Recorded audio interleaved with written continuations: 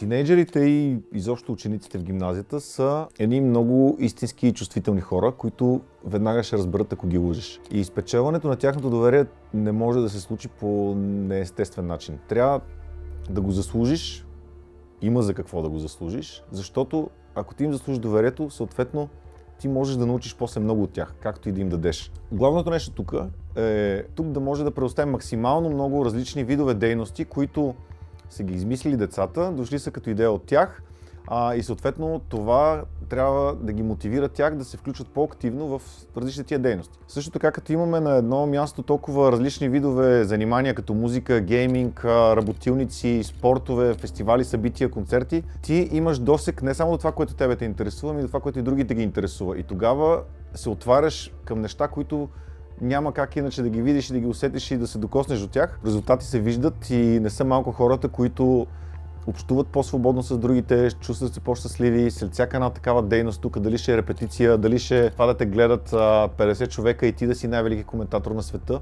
Но ето Нуба, примерно, който е нашия главен стример, супер несериозен, не идваше изобщо, когато се оговаряхме за нещо. И той в момента, когато си имаме стрим от 8, в 7:45 е тук, за 2 минути си пуска техниката, започва да въвежда хората в играта. Просто съвсем различно отношение. Все пак има една институция, която се казва училище, която добра или лоша, изобщо не е работа да коментираме, тя просто има. Това е институцията, която работи с учениците. За нас също е много важно да ги научим, че тази институция има смисъл, има значение от гледна точка на това, че ти, за да имаш успех там, трябва да си отговорен към нещо. Дори и да не ти харесва, ти трябва да си отговорен. Всъщност училището ни учи на това.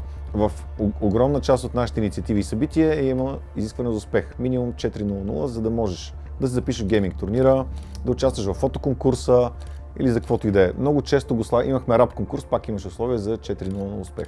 Трябва да се да мисля, че ако искаш да си добър рапър, ако искаш да си добър геймър, не можеш да си губиш времето. Ти трябва да си отговорен и да спазваш някакви ангажименти и задачи. Тази промяна, за която всички говорят, тя всъщност е едно израстване. И това израстване ние трябва да позволим да се случи. Тоест трябва да поливаме водата на цветето, за да може да стане голямо, трябва да му сложим саксия и всичките ти останали неща, които са.